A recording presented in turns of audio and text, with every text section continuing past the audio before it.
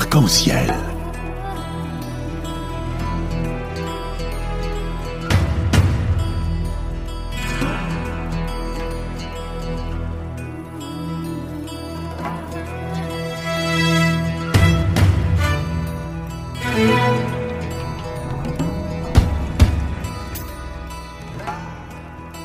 Arc-en-ciel, chaque dimanche, actualité, culture, économie, société et animation festive.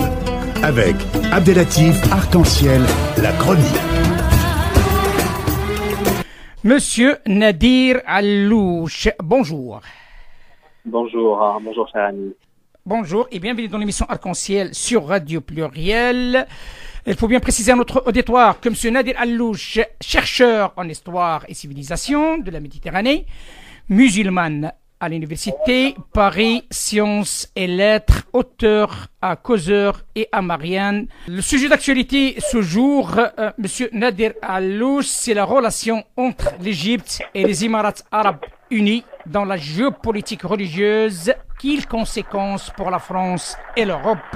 Absolument. Ma première question, si vous le permettez, quel bilan vous pouvez nous faire déjà dans un premier temps sur cette question de la géopolitique religieuse? Alors tout d'abord, moi j'aimerais dire à vos auditeurs que j'étais partie prenante de cette géopolitique religieuse, puisque c'est moi qui a organisé les conférences de l'Azhar en France entre 2015 et 2017. Donc les deux conférences, la première qui s'est tenue au Sénat, la deuxième qui s'est tenue à l'Assemblée nationale et qui était intitulée la lutte contre Daesh. Alors, ce que je peux dire, c'est que l'Égypte et les Émirats arabes unis ont une stratégie radicalement différente. La stratégie des Émirats arabes unis est organisée autour de l'Azhar, tandis que la stratégie égyptienne est organisée pour affaiblir l'Azhar. Donc il y a un différend entre l'Égypte et les Émirats arabes unis sur le rôle de l'Azhar dans la géopolitique religieuse au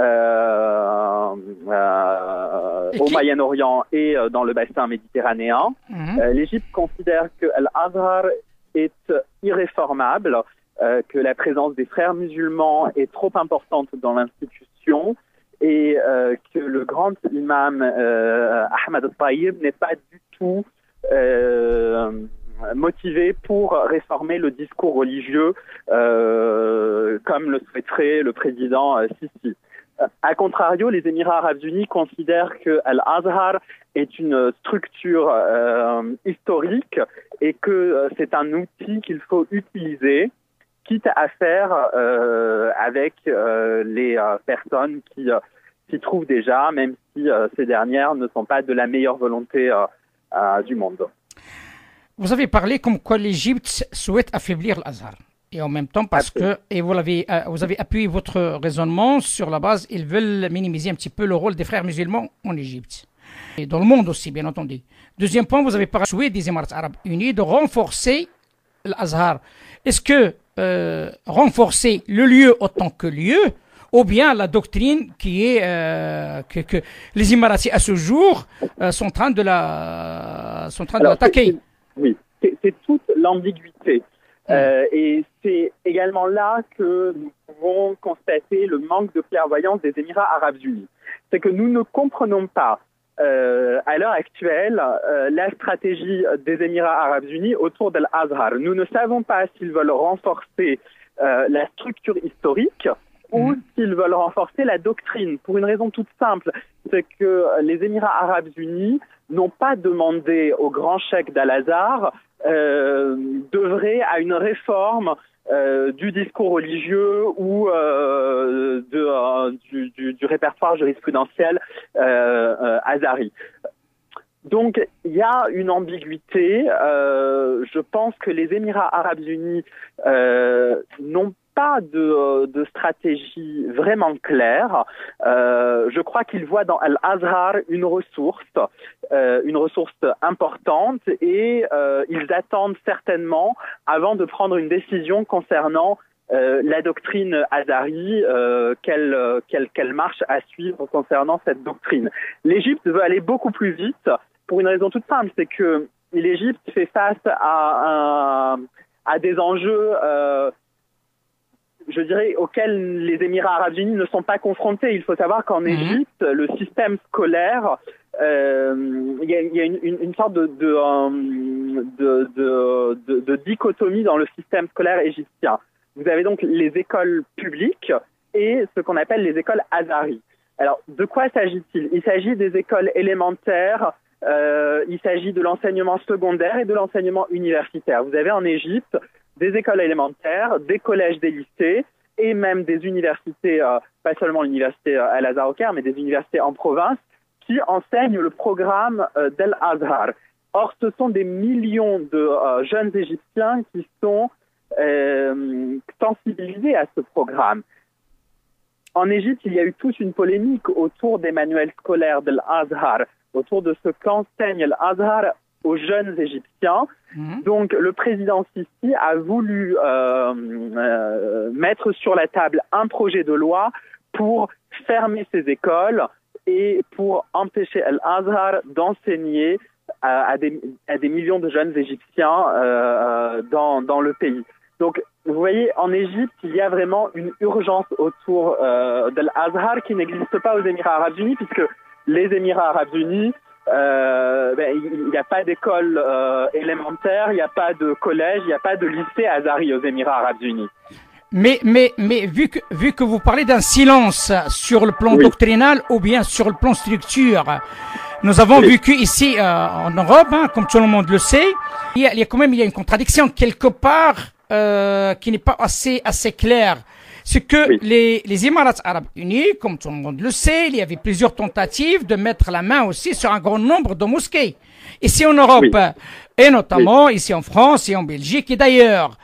Ne s'agit-il pas, c'est de la même façon aussi de mettre la main sur une structure comme celle de l'Azhar en Égypte, mais bien entendu, rejoignent-ils aussi la politique de Sisi vis-à-vis de l'Azhar? Écoutez, je ne crois pas. Alors, il est évident que les Émirats arabes unis veulent mettre la main sur Al-Azhar parce que c'est l'institution religieuse la plus importante dans le monde arabo-musulman. Il n'y a aucune autorité dans le monde arabo-musulman qui soit à la hauteur du grand cheikh d'Al-Azhar en termes, je dirais, juridictionnels. Maintenant, il faut bien comprendre que les Émirats arabes unis n'ont pas de stratégie en ce qui concerne la doctrine. Et c'est la raison pour laquelle leur action est extrêmement dangereuse parce qu'elle n'est pas guidée par une stratégie de long terme ou par une stratégie convictionnelle. Vous voyez, le président Sisi a une stratégie convictionnelle. Bachar al-Assad a une stratégie convictionnelle. Le roi du Maroc a une stratégie convictionnelle. Les Émirats arabes unis n'ont pas de stratégie convictionnelle. Ils ne savent pas quelle conviction ils veulent défendre. Tout ce qu'ils savent, c'est qu'ils veulent combattre les frères musulmans. Et ils se sont dit quoi? Ils se sont dit, bon, Al-Azhar, c'est une institution historique de grande autorité. Elle est menacée d'être prise par les frères musulmans. Nous allons aider le grand imam d'Al-Azhar dans son combat à l'intérieur d'Al-Azhar contre les frères musulmans, mais nous n'allons pas lui demander d'œuvrer à des changements doctrinaux. Donc, le seul objectif des Émirats arabes unis avec Al-Azhar, c'est d'empêcher que Al-Azhar tombe aux mains des frères musulmans. Quand je dis d'empêcher que l'Azhar tombe aux mains des frères musulmans, ça veut dire d'empêcher que le prochain grand imam de l'Azhar soit un frère musulman.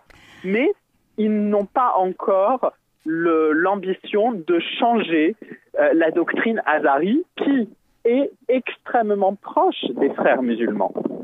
Sauf que le souci qui se pose, j'ose dire, il s'agit d'un règlement de compte quelque part, entre les Émirats arabes unis et d'autres par rapport à ces frères musulmans. Mais ça se traduit comment sur le sol français et européen notamment? Alors, évidemment, c'est là tout le danger pour nous. C'est que la stratégie des Émirats arabes unis pour renforcer le grand imam de l'Azhar et pour empêcher que l'institution soit prise par les frères musulmans, c'est de donner une nouvelle dimension à l'image internationale du grand imam. Comment ça s'organise tout ça? Alors, un observatoire de l'Azhar contre l'extrémisme a été créé à la suite de la proclamation du califat par Daesh à Mossoul. Cet observatoire de l'extrémisme, il a publié plusieurs rapports et il a donné naissance à une organisation internationale plus large qu'on appelle le Conseil des sages musulmans, qui est basé à Abu Dhabi et qui est présidé par le grand cheikh d'Al-Azhar. Donc, le Conseil des sages musulmans, c'est en fait l'ONG qui sert à faire la promotion internationale de l'Azhar. Et cette ONG est basée à Abu Dhabi. Donc, qu'est-ce que cette ONG a fait? Elle a décidé de lancer une série de délégations azaris à travers le monde, notamment en Europe et en Amérique latine. En Europe, le pays visé par cette délégation, que les Émiratis ont appelé les caravanes de la paix, c'est la France. Et ces délégations ont donné lieu à 2 conférences que j'ai moi-même organisées, l'une au Sénat sous la présidence de Jean-Marie Bockel, l'autre à l'Assemblée nationale sous la coprésidence de Jean-Frédéric Poisson et de Gérard Bapt. Et à l'occasion de ces 2 conférences, la délégation que Al-Azhar et le Conseil des sages musulmans ont envoyée a pu développer un peu ces éléments de langage auprès des responsables politiques français pour essayer de les convaincre que la solution contre Daesh, c'est Al-Azhar, et que la solution contre la radicalisation des musulmans en Europe, c'est Al-Azhar, et c'est donc de faire une place à Al-Azhar dans le champ religieux musulman en Europe. Les Émirats arabes unis ont compris que pour réussir dans ce travail de renouvellement de l'image de l'Azhar, il serait nécessaire que l'institution musulmane rétablisse ses relations avec le Vatican. Donc ils ont œuvré depuis la France, à partir de ces délégations, à créer des contacts avec l'Église catholique, en particulier l'Église catholique française. Donc ça a été le service des relations nationales avec les musulmans que dirige le père Vincent Feroldi, que vous avez interviewé tout à l'heure et qui avait participé à une de mes conférences. Et c'est donc l'Église catholique française qui a poussé au rétablissement des relations entre Al-Azhar et le Vatican, et l'Église catholique française ainsi que les dominicains du Caire ont joué un grand rôle à la rencontre historique entre le pape François et le grand imam Ahmad al-Tayyib qui a eu lieu au Vatican en 2018 ou 2017. Cela dit, si j'ai bien compris un petit peu, ce travail des Émirats arabes unis essaie de prendre un petit peu le leadership sur le plan modèle musulman, voire gestion de l'islam en Europe et notamment en France, et aussi de jouer un rôle très important dans cette relation entre les catholiques et les musulmans, et notamment des musulmans ici en France, dans la quasi-totalité des Maghreb. Absolument. Alors, là encore, faut bien comprendre qu'il n'y a pas de stratégie convictionnelle. Je dirais que le projet des Émirats arabes unis, il n'est pas alimenté par des convictions. Le cheikh d'Abu Dhabi n'a pas n'a aucune conviction religieuse qui alimente son projet. C'est juste une question d'ego. Ce sont des petits États, des nouveau-nés sur la scène de l'histoire qui veulent jouer un rôle historique majeur et qui ont vu dans l'organisation du champ religieux musulman en Europe un moyen, et dans la lutte contre la radicalisation, un moyen de jouer ce rôle historique majeur qu'ils n'ont jamais joué dans le passé, puisque de toute façon, il n'existait pas. Donc, il faut bien avoir à l'esprit que ça n'est pas une question de conviction, nous ne sommes pas dans une bataille de conviction entre les Émirats arabes unis et le Qatar, ou entre les Émirats arabes unis, l'Arabie saoudite et le Qatar. Nous sommes seulement dans une bataille de leadership. La bataille de conviction, elle se joue entre l'Égypte et les Émirats arabes unis, entre l'Égypte et le Qatar, entre le Maroc et les Émirats arabes unis, entre le Maroc et le Qatar. Mais elle ne se joue pas entre les pays du Golfe. Vous parlez du Maroc. Donc c'est un pays que vous connaissez, Le modèle marocain est connu à l'échelle internationale. Les deux papes, donc il y avait 2 visites de papes au Maroc. Qu'est-ce que vous pouvez nous dire sur ce modèle marocain en comparaison avec cette offensive non convictionnelle des Émirats arabes unis ici en France? Alors, tout d'abord, je dois dire que la monarchie marocaine représente des convictions. Elle représente une doctrine, c'est la doctrine malékite. Elle représente aussi une gnose, c'est le soufisme. Et elle représente une tradition qui est pluricentenaire. C'est la plus vieille monarchie du monde, toujours existante. Et par ailleurs, je dois dire que l'actuel roi du Maroc est nourri par des convictions, et on a pu le voir dans les différentes décisions jurisprudentielles qu'il a prises eu égard aux droits musulmans, notamment en redéfinissant le crime d'apostasie en islam. Une décision historique majeure qui est passée inaperçue, malheureusement passée inaperçue. En Europe, les autorités demandent aux musulmans de reconnaître la liberté de conscience, puisqu'en l'état du droit canon musulman actuel, la liberté de conscience n'existe pas, puisqu'un musulman n'a pas le droit de quitter sa religion pour une autre, sinon il est condamné à mort par la jurisprudence telle qu'elle existe aujourd'hui. Le roi du Maroc a réformé cela, il a aboli la peine de mort pour un musulman qui change de religion, il a redéfini l'apostasie. Le roi du Maroc nous a expliqué que l'apostasie, ça n'est pas de quitter sa religion, l'apostasie, c'est de trahir son pays. Et trahir son pays. Ça va tout à fait dans le sens de l'histoire, dans le sens du progrès et dans le sens de ce dont nous avons besoin dans le bassin méditerranéen. Écoutez, cette histoire de trahison, nous l'avons évoquée depuis un certain temps. Cette trahison, on a parlé souvent sur la trahison inédite d'un certain nombre de soi-disant élites qui perdent la boussole par rapport à ce beau pays. Ça, c'est un autre débat. Mais ce qui m'intéresse, moi, par rapport à ce que vous êtes en train de dire, c'est que simplement le Maroc, il est en train de donner un petit peu l'exemple par rapport à d'autres monarchies musulmanes au Golfe ou ailleurs, avec des éditions uniques, quelque part. Absolument. Dans le monde arabe, il n'y a que 2 monarchies musulmanes historiques. C'est la monarchie marocaine et c'est la monarchie hachémite en Jordanie. Ce sont les 2 seules monarchies musulmanes historiques, et le roi du Maroc et le roi de Jordanie sont les 2 seuls monarques musulmans dans le monde arabe qui détiennent une autorité tout à la fois politique sur les musulmans et jurisprudentielle et même juridictionnelle sur le droit canon de l'islam. Alors, selon vous, et ce qu'on a vécu récemment, donc comme tout le monde le sait, il y avait déjà une conférence à Paris avec le retour de l'Arabie Saoudite sur la scène religieuse ici en France. Nous avons constaté aussi la présence du Conseil des minorités musulmanes émirati, présidé par Nouaimi, qui a essayé de faire des choses ici en Europe, et du coup, il est parti en Russie et aussi dans d'autres continents. Est-ce que nous vivons réellement un conflit saoudo-émirati sur le leadership religieux dans le monde, en ne tenant même pas compte du poids que peuvent jouer les autres pays, et notamment le cas du Maroc avec son modèle de la gestion de l'islam? Absolument. La région du Golfe arabo-persique, d'ailleurs, je pense qu'il faudrait appeler cette région le Golfe Persique, puisque historiquement, ça n'a jamais été un Golfe arabique. Les Arabes du Golfe n'ont jamais joué un rôle majeur dans l'histoire politique de la région du Golfe. Le Golfe a toujours été sous la domination des Perses.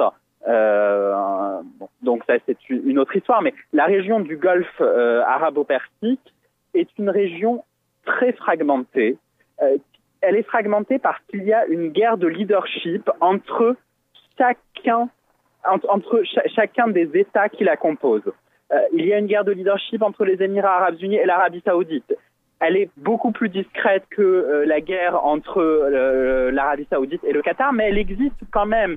Et aujourd'hui, elle a été manifestée par la conférence de la Ligue islamique mondiale à Paris, une conférence concurrente de la stratégie émiratis en matière de géopolitique religieuse. Donc oui, il y a un conflit.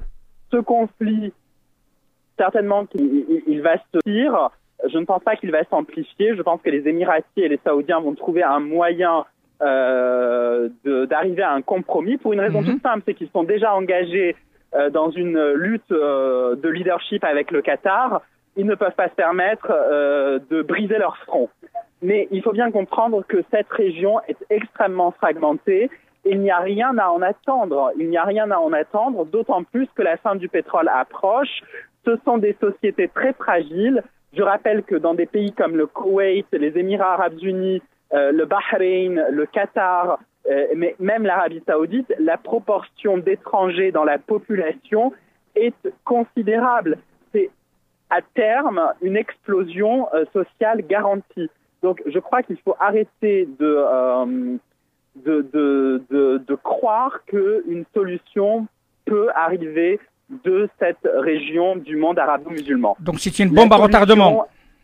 C'est une bombe à retardement. La solution n'arrivera que du Maroc, de l'Égypte ou de la Syrie. Elle n'arrivera pas du Golfe arabo-persique. Il me reste un dernier point, si vous le permettez, parce que c'est un point d'actualité aussi. Donc, il y a ceux qui confirment, ceux qui ne confirment pas. Cette annonce de Mediapart, comme quoi le Rassemblement national, financé soit directement ou indirectement par des fonds émiratis, et on voit comme quoi aussi cet Rassemblement national a organisé une conférence à l'Assemblée nationale avec l'Institut de M. Abdrahim Ali, qui se trouve dans la région parisienne, contre les frères musulmans. Oui.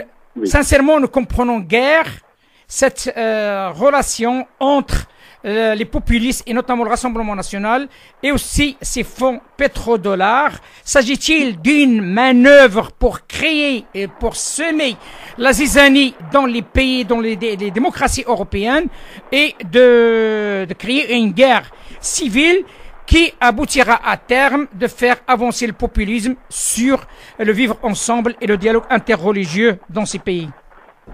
Alors, on comprend très bien cette stratégie. Il faut savoir que les Émirats arabes unis, de même que des pays comme l'Égypte et la Syrie, ont un problème avec les sociétés civiles musulmanes en France et en Europe d'une manière générale. Pour une raison toute simple, c'est que les sociétés civiles musulmanes en France et en Europe sont très largement influencées par les frères musulmans, qui sont les ennemis non pas convictionnels mais politiques des Émirats arabes unis et convictionnels par ailleurs de l'Égypte et de la Syrie. Donc tout ce qui peut affaiblir des sociétés civiles musulmanes européennes considérées comme extrémistes par les Émirats arabes unis, l'Égypte et la Syrie est positif pour les intérêts de ces pays. Et c'est la raison pour laquelle nous avons été témoins de relations extraordinairement positives entre les Émirats arabes unis, l'Égypte, la Syrie et le Front national. Je rappelle que le régime syrien, ou disons plutôt le gouvernement arabe syrien, a une relation historique avec le Front national. Les Nassériens en Égypte ont une relation historique avec le Front national, de même que Saddam Hussein avait une relation non seulement historique mais aussi personnelle avec le Front national et Jean-Marie Le Pen. Aujourd'hui, les Émirats arabes unis espèrent l'affaiblissement des sociétés civiles musulmanes en Europe parce qu'ils considèrent que ces sociétés sont très largement infiltrées par les frères musulmans et qu'elles constituent à terme un risque pour les relations bilatérales entre la France et les Émirats arabes unis, entre l'Europe et les Émirats arabes unis. Écoutez, les choses sont assez claires, hein. Donc vigilance, hein. Donc c'est quand même, ça concerne pas que les musulmans vivant en Europe, mais aussi ça concerne aussi la stabilité de ces pays européens. Allez, on est dans un autre monde, hein. Et ce qui est dangereux, il en va de même pour l'Amérique du Nord, le Canada et les États-Unis d'Amérique, oui, où nous voyons à peu près la même stratégie avec une alliance entre le Tea Party et l'alliance saoudo-émirati, et tout ça dans un seul but, éradiquer l'influence des frères musulmans. Moi, je pense que c'est une mauvaise stratégie parce que les frères musulmans sont déjà morts. Donc, à quoi sert d'abattre un cheval agonisant, une bête agonisante? Il y a d'autres monstres et d'autres dangers qui sont, eux, encore bien vivants. Là, on est en train de vivre franchement, des règlements de compte. Alors, je dois préciser une chose, c'est que il ne s'agit pas tant du Moyen-Orient que du Golfe arabo-persique. Encore une fois, la région qui est en cause, c'est le Golfe arabo-persique.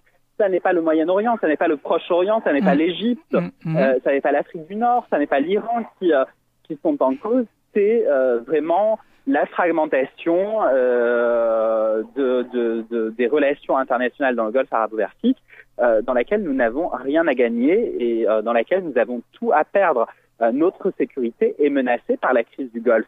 Nous devons absolument trouver les moyens de stabiliser cette région, de contraindre les États de cette région à, je dirais, modérer leurs relations, leurs relations bilatérales et leurs relations régionales. Puisqu'ils n'ont pas que des relations bilatérales, il y a le Conseil de coopération du Golfe, donc il y a des structures de relations régionales. Nous devons absolument les contraindre à modérer leurs relations. Je pense, chose qui commence à bien commencer. Récemment, nous avons entendu parler comme quoi il y a un rapprochement potentiel entre l'Arabie Saoudite et l'Iran, comme ça a été le cas entre les Émirats Arabes Unis et l'Iran. Donc, il y a possibilité, mais néanmoins, restons vigilants. Un tout dernier point, si vous le permettez, avant de vous quitter. Tout le monde, c'est l'actualité. Je suis obligé de vous poser cette question. Selon vous, ce discours haineux de M. Zemmour, que représente pour vous, en tant que chercheur, dans le domaine des civilisations? Je n'ai pas entendu la question. Vous pouvez répéter? Le discours de M. Zemmour dans la convention de la droite qui a été organisée par Marine Le Pen, que représente pour vous, en tant que chercheur, surtout en domaine de civilisation internationale? Alors écoutez, c'est très difficile pour moi de m'exprimer sur cette question parce que je ne peux pas rapporter le discours de M. Zemmour à mon domaine qui est la recherche historique. Monsieur Zemmour est un essayiste, c'est un chroniqueur, c'est un intellectuel, il faut oser dire le mot, c'est un intellectuel. Il a un discours sur l'islam qui me paraît très excessif. Je crois cependant qu'il est extrêmement dangereux dans l'époque que nous vivons d'essayer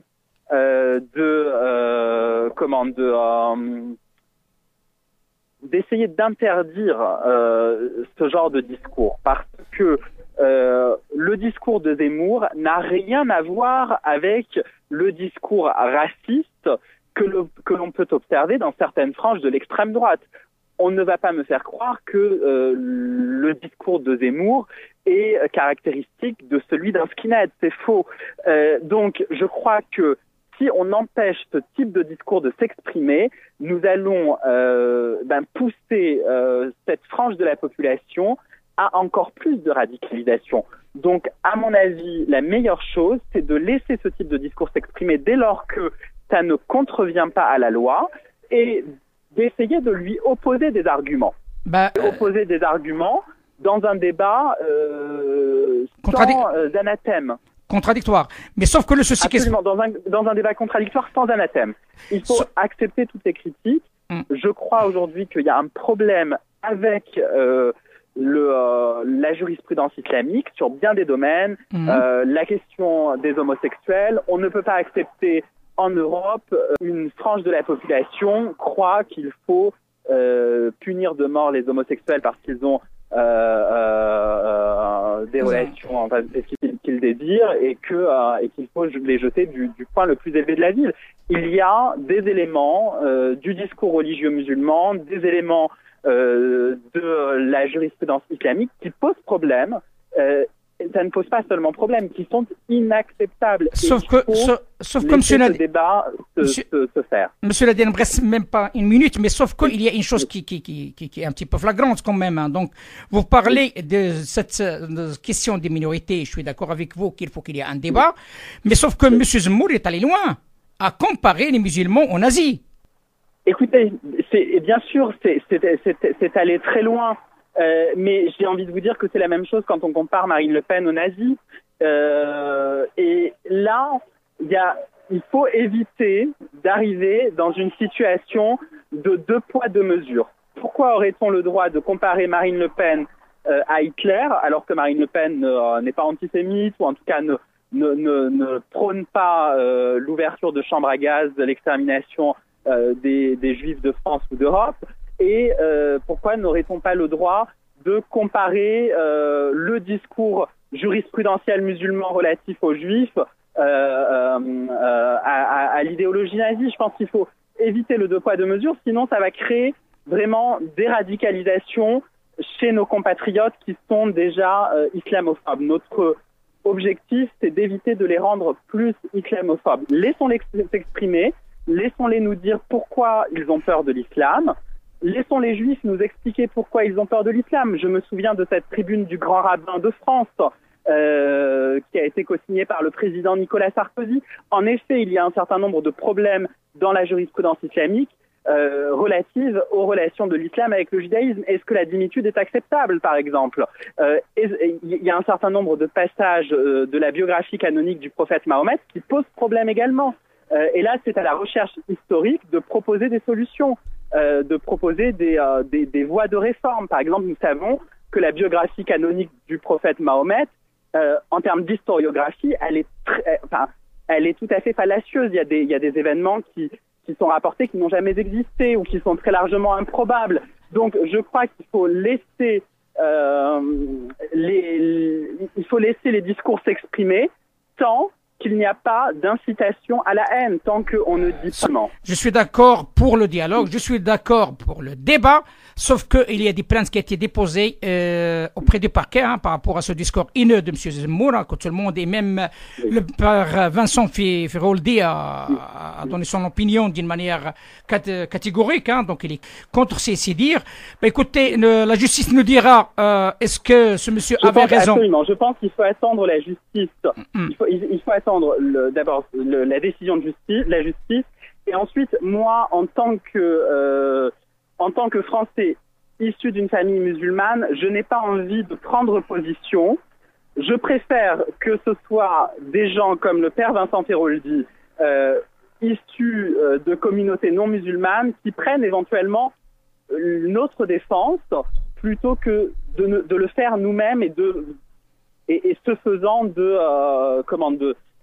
participer à la polarisation de la société française entre nous et les autres. Le débat continue sur Arc-en-Ciel. Merci à vous, M. Nadir Allouche, de cet éclairage. Il faut bien préciser que vous êtes chercheur en histoire et civilisation de la Méditerranée musulmane à l'université Paris Sciences et Lettres, auteur à causeur et à Marianne.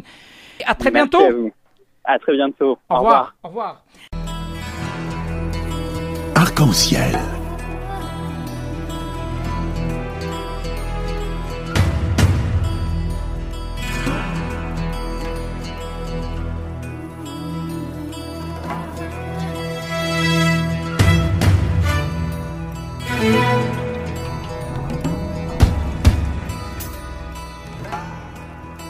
Arc-en-Ciel, chaque dimanche, actualité, culture, économie, société et animation festive. Avec Abdelatif Arc-en-Ciel, la chronique.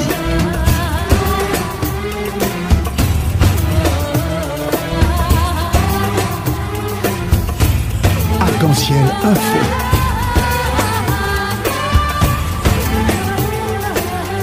Arc-en-Ciel, animation festive.